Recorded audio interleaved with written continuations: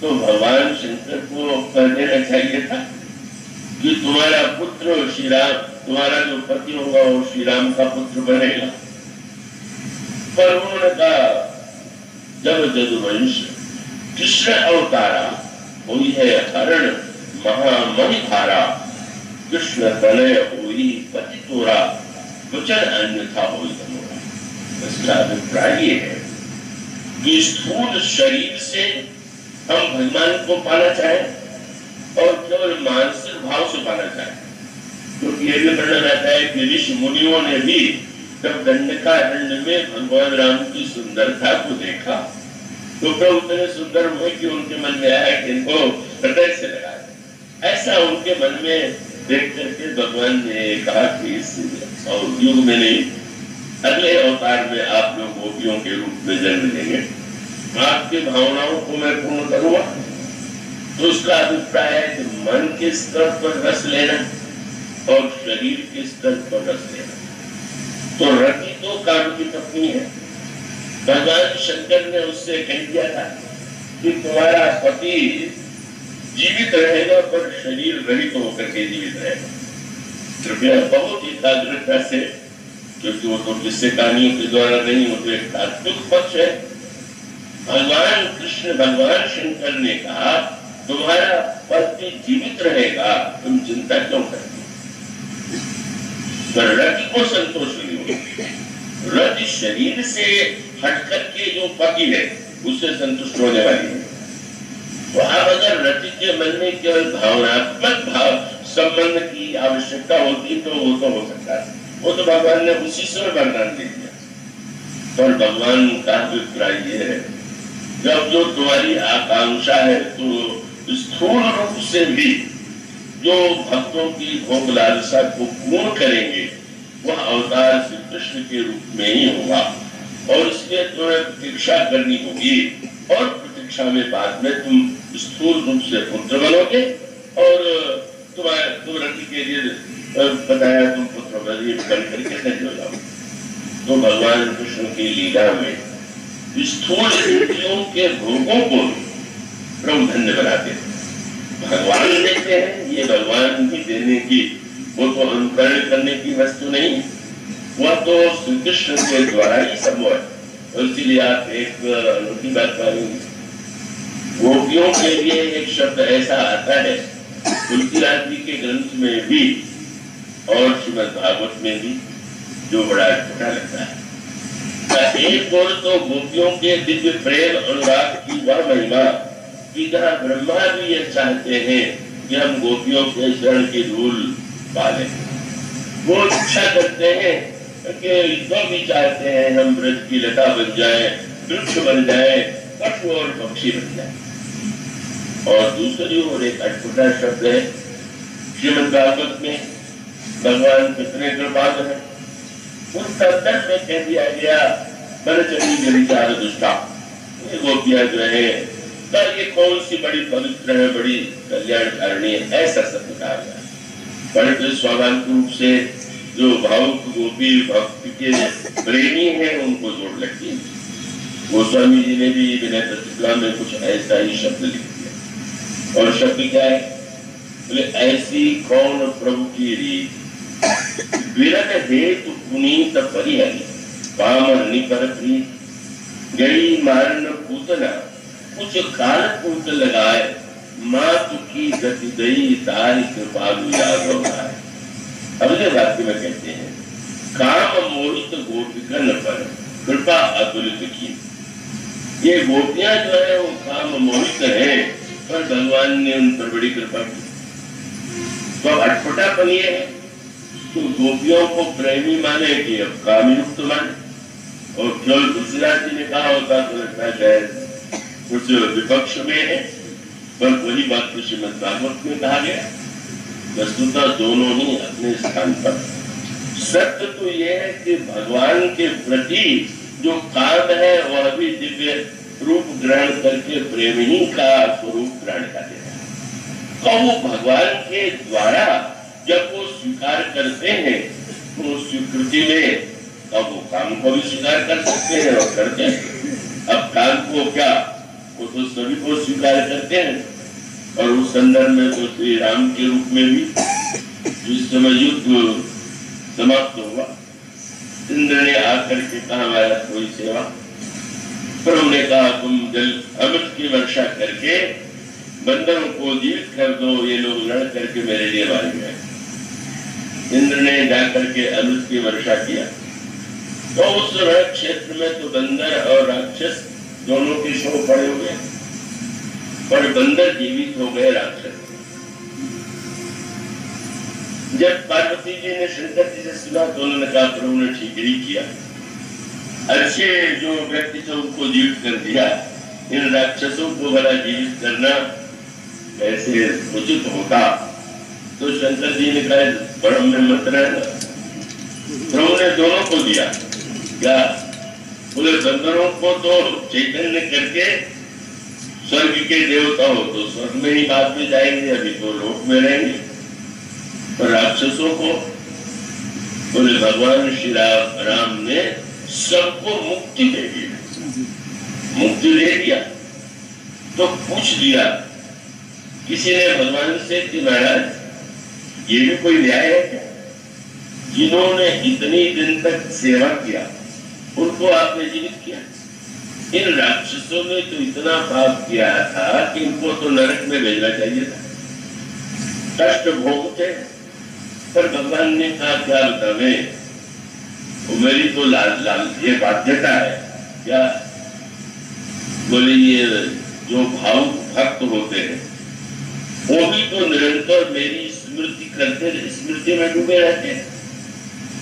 तो ये बंदर भी मेरा निरंतर, ये राक्षस भी जो है दिन रात मेरी याद तो करते रहे।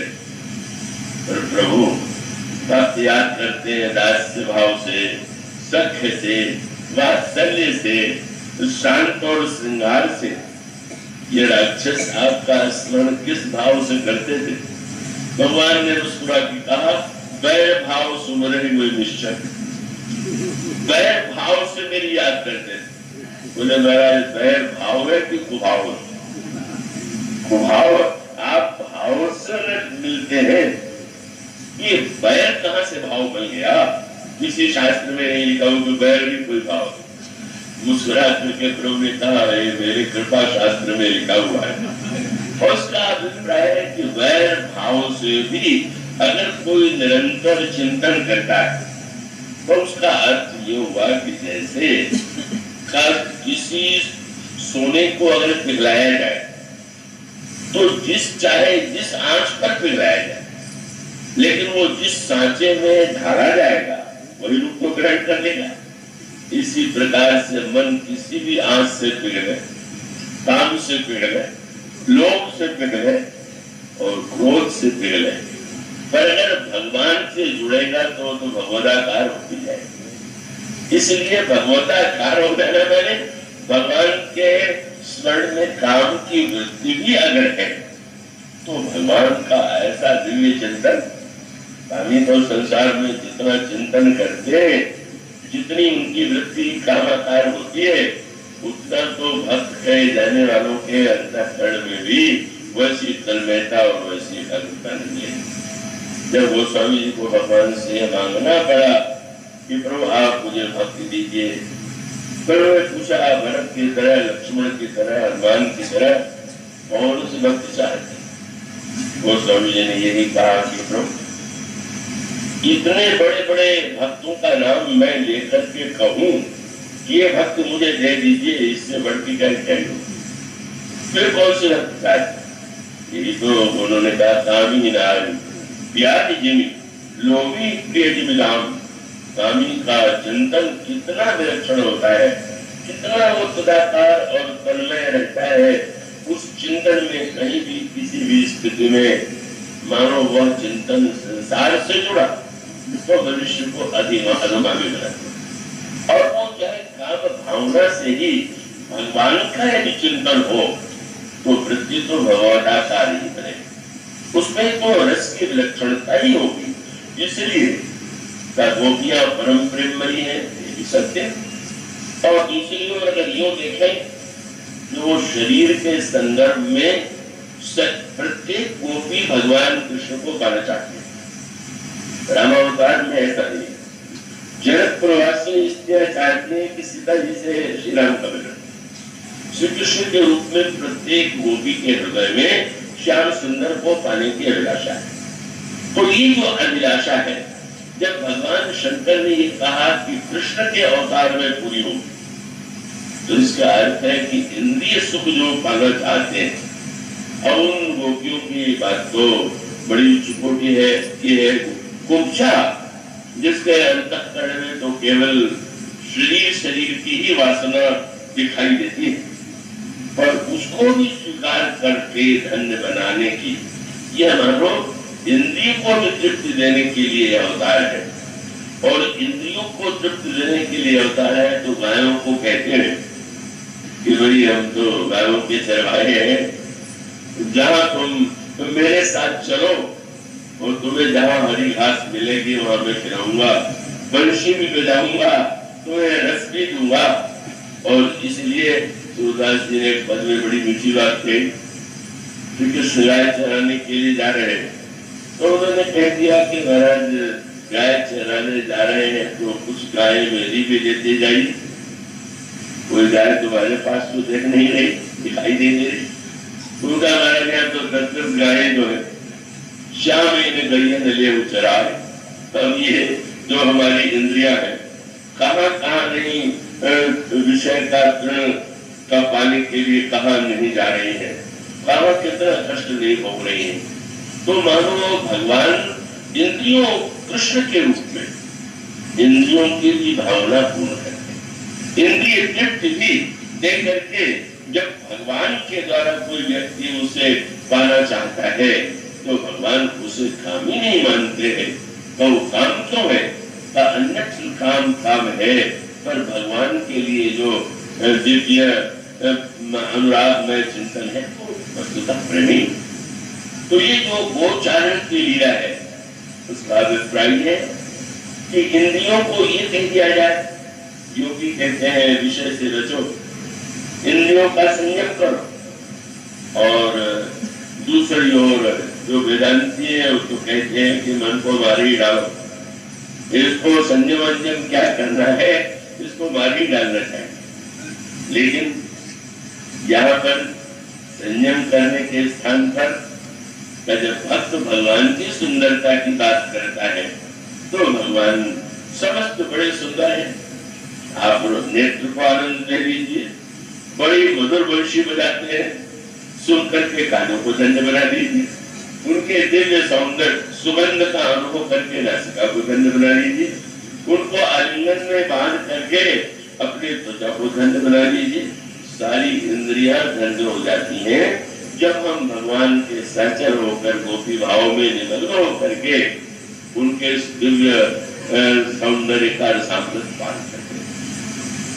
इसलिए वह यहाँ पर गायों की प्रधानता और भगवान राम के रूप में बंदरों के प्रति यह बंदर कितने दोष युक्त होते हैं, इसका वर्णन आप बाल के चरित्र में, सुग्रीव के चरित्र में आपको देखने को मिलेगा। और चंचल से चंचल ये बंदर, पर वो चंचल मन की जो चंचलता है, तो वो भी भगवान बंदरों को कितना महत्व देते हैं। और वो जो संकेत आपको मिलेगा, बंदर तो छलांग लगाता रहता है, और अंत में आप देखेंगे कि हमारे बंदरों में शिरोमणि हनुमान जी महाराज, अब उनकी छलांग तो पहले क्या, पर जब भी इन्होंने छलांग लगाई, मन छलांग लगावे तो ये मत कहिए कि कहाँ दौड़ रहे हो, मन से कहिए कि अब छलांग नहीं लगाना है, तो जरा हनुमान जी की तरह छलांग लगाने की चेष्टा करो। पहली बार हनुमान जी ने छलांग लगाई तो समुद्र पार करके सीता जी के चरणों में पहुंच गए। हनुमान जी ने दूसरी बार छलांग लगाई तो आप सूर्य जी के चरणों से प्रभु के चरणों में आए। हनुमान जी ने तीसरी छलांग लगाई, जब लक्ष्मण जी को शक्ति लगी तो लक्ष्मण जी को शक्ति लगने के बाद औषधि ले करके चले आते। यह जो दिव्य छलांग है, मन अगर जाना चाहता है तो उसे रोकने की आवश्यकता नहीं है। उससे यही कहो कि निरर्थक छलांग लगाने की जगह ऐसी छलांग क्यों नहीं लगाते हो कि भक्ति के चरणों में पहुंच जाओ, ज्ञान के चरणों में पहुंच जाओ, वैराग्य को पुनर्जीवित कर दो। और इसलिए प्रभु जो है, इसलिए भगवान की लीलाओं में बंदरों को कितना महत्व दिया गया। अशुभ मुहूर्त जिनके सुमिरन थे बानर रीछ भिखारी।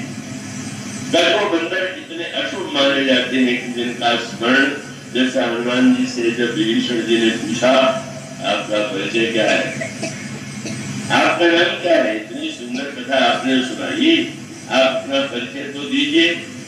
हनुमान जी ने कहा कि मैं कथा मेरी का सुनो, कथा तो हमारे श्री राम की है, तो महाराज अपना नाम तो बता दीजिए। तो उन्होंने कहा कि मेरा नाम हनुमान। अच्छा महाराज, तो धन्य हो गए आपका नाम सुन करके। हनुमान जी ने कहा नाम तो सुन लिया, अब नाम का फल और सुन लो। क्या बोले, प्रात ले जो नाम हमारा, यही दिन तारीख मिले यार। सवेरे सवेरे जो नाम ले ले वो दिन भर उसको भोजन न मिले। कई लोग सचमुच इसको सत्य मान लेते हैं और पूछते भी हैं कि सवेरे हनुमान जी का नाम लेना चाहिए। कई लोग तो कहते हैं सवेरे हनुमान जी प्रभु की सेवा में रहते हैं, इसलिए स्मरण नहीं करना चाहिए। तो सवेरे सेवा करने के बाद 24 घंटे सेवा से दूर चले जाते हैं क्या? कितनी हनुमान जी तो सेवा भी है।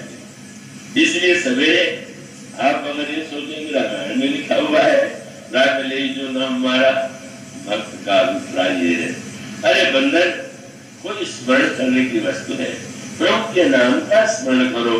बंदर का रूप कोई रूप है, कितना रूप होता है बंदर, बंदर का चरित्र कोई चरित्र है, बंदर का धाम कोई धाम है। अगर ये सब जाना हो तो हमारे प्रभु का नाम, हमारे प्रभु का रूप, हमारे प्रभु की लीला। हनुमान जी का रामायण में भी छलांग लगाते रहते और आपने रामायण के प्रारंभ में पढ़ा है, वो स्वामी जी ने कहा कि भगवान राम और सीता जी का जो चरित्र है वो बन, और उसमें दो की उन्होंने वंदना किया, सीता राम गुणत राम पुण्यारण्य विहारी। सीता जी और श्री राम का जो चरित्र है वो पुण्यमय बन है। और वंदे विशुद्ध विज्ञानो कवीश्वर कपीश्वर, कवीश्वर माने महर्षि वाल्मीकि और कपीश्वर हनुमान। सीता राम के गुणग्राम में पुण्यारण्य में विहार करने वाले हनुमान जी और वाल्मीकि जी की मैं वंदना करता हूँ। ये क्या हुआ? गुणग्राम विहार करने का अर्थ क्या हुआ? बोले वाल्मीकि जी मानो कोयल, बंदे वाल्मीकि होगा और हनुमान जी बंदर। गोस्वामी जी का अभिप्राय ये है कि वन में या तो कोयल कूके या फिर बंदर का, तो हनुमान जी बंदर के रूप में जो छलांग लगाते हैं वो क्या है, कौन सी डाली है? बोले भगवान के गुण का, भगवान के चरित्र का, वही पर निरंतर उसी वन में भ्रमण करते रहते हैं। और महर्षि वाल्मीकि जी जो है तो वो कोयल बन करके ये पूजनतम राम रामेति मधुरम मधुराक्षरम आरुह्य कविता शाखाम वंदे वाल्मीकि कोकिलम। तो भगवान के लीला में अगर हमारा मन चंचल है तो उसको अचंचल बनाने की आवश्यकता नहीं है।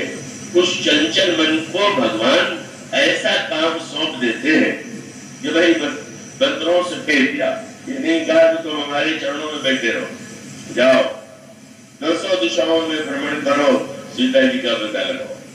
मानो बंदर की चंचलता, इसलिए वो स्वामी जी ने यही कहा। किसी ने कहा श्री कृष्ण तो गोपाल है पर आपके राम तो उतने उदार नहीं है कि वो गायों को चरावे। ऐसे इसको लेकर के भी डॉक्टरों की बड़ी विचित्र बोली होती है, वो बड़ा प्रसिद्ध घटना है। जब एक बार श्री राम और श्री कृष्ण दोनों के भक्तों में ये बात चल पड़ी कि दयालु कौन है, श्री राम के श्री कृष्ण। तो दोनों कह रहे थे कि हमारे प्रभु दयालु है, निर्णय कैसे हो? और तब ये कहा गया कि अच्छा दोनों पुकारे और दोनों के पुकारने पर जिसके प्रभु पहले आवे हो गया, दोनों ने पुकारा, श्री कृष्ण पहले आ गए।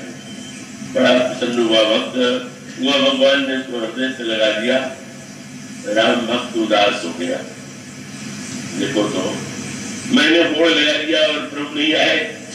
पर अचानक उसे दूर से बाजों की आवाज सुनाई पड़ी, धूल उड़ती दिखाई पड़ी, फिर दिखाई पड़ा बाजा आ रहा है, रथ आ रहा है, घोड़े आ रहे हैं, हाथी आ रहे हैं।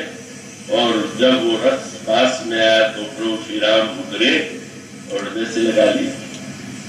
तो भक्त ने कहा महाराज इधर आना ही था, गुजरा और पहले। तो प्रभु ने मुस्कुरा करके कहा कि देखो भाई, उसने कहा गोपाल आओ, तो गाय चरा रहे थे, दौड़े चले आए।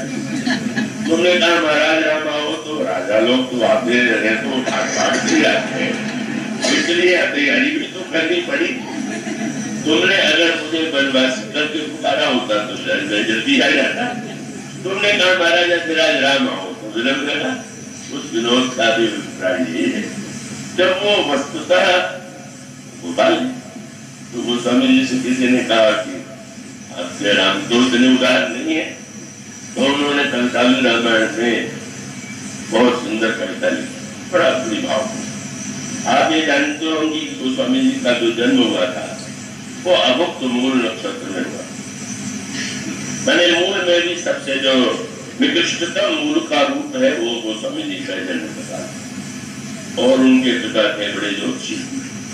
उन्होंने गणना करके देखा कि यह बालक को बड़ा ही अशुभ काल में उत्पन्न हुआ है, बड़ा कल्याणकारी, और उनको लगा इस बालक का त्याग कर देना चाहिए। परिणाम क्या हुआ, उस अभाग्य बालक का मुंह भी मैं नहीं देखूंगा, ऐसा निर्णय उन्होंने किया। और फिर कथा आती है, लोगों को लगने भी लगा पिता की भी मृत्यु हो गई, मुंह नहीं देखा तो भी मृत्यु हो गई, माँ की भी मृत्यु हो गई, जिस दासी ने उनका पालन किया उसकी भी मृत्यु हो गई। और तब यह बालक अभाग्य के रूप में प्रसिद्ध हो गया, जिसके दरवाजे पर जाके कोई खिलाने पिलाने वाला भी नहीं। गोस्वामी जी का जीवन इतना अधिक दरिद्रता में बीता है कि आज गोस्वामी जी की पूजा में हम सब लोग समझ भी नहीं सकते कि क्या उनकी दशा, जिसके माँ नहीं, पिता नहीं, कोई पालन करने वाला नहीं है। गोस्वामी जी ने तो यही कहा है कि मेरी दशा तो ऐसी थी कि 4 फल मानो, बस 4 ही चलक। अगर मुझे भीख में कोई थोड़े से चने के दाने दे देता था तो मैं समझता था मुझे सब कुछ मिल गया। इतना भाव। ऐसे भी लोग थे जो सवेरे अगर तुलसीदास मुख के हमारे द्वार पर खड़े हो जाए तो कहते थे किस अभागे का मुंह ने किसका देख लिया, पता नहीं दिन कैसा लगे। और वही गोस्वामी जी जब इतने विश्व वंद्य हुए कि अनेक राजा महाराजा बड़े से बड़े व्यक्ति द्वार पर हाथ जोड़े खड़े रहते थे और सब ये कहते थे कि हाय आप मेरे जीवन में जो संकट है, विपत्ति है, आपके दर्शन से मिट जाएगी, कृपा करके आप आशीर्वाद दें।